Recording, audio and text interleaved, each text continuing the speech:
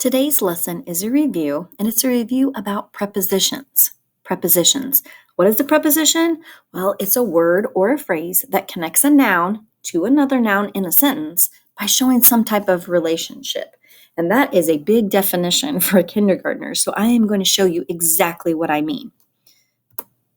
All right, so one of the nouns that we would be talking about if we were writing sentences about these pictures would be owl, right? Because an owl is a noun. And the other noun that would be in our sentence would be box, right? So those are the two nouns that we're talking about. And the preposition shows the relationship of those two nouns, like the owl is on the box or the owl is under the box. The owl is next to the box. The owl is in front of the box. It could be the owl is behind the box. The owl is between the box. The owl flies around the box. And the owl goes through the box. So all of these prepositions show the relationship between where the owl is and where the box is. So I have a few more examples, and I think you've seen these before. Like the dog is on the skateboard. So I've underlined both of the nouns in that sentence, dog and skateboard. And on is the preposition that tells you where the dog is in relationship to that skateboard. A boy is sleeping under the tree. So boy and tree are your two nouns in that sentence, and under would be the preposition.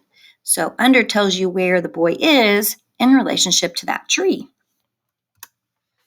All right, the fork is next to the plate.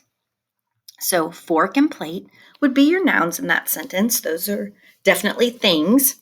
And next to would be your prepositional phrase. So I said it could be a word or a group of words, which is a phrase. So this time it's two words. Next to, that tells where the fork is in relationship to that plate. They're next to the plate. In the next picture, you see dad is in front of his little girls. So dad is a noun, girls is the other noun. In front of is the prepositional phrase. So like I said, it can be one word or it can be a group of words. In this case, it's three words, in front of. Dad is in front of his little girls. In front of shows the relationship between where dad is and where the girls are. All right, let's see a few more examples, and then I'll show you your assignment. The truck is behind the bus. All right, so truck and bus, those are your two nouns, and behind would be your preposition.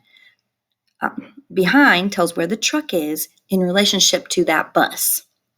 The baby is between her parents.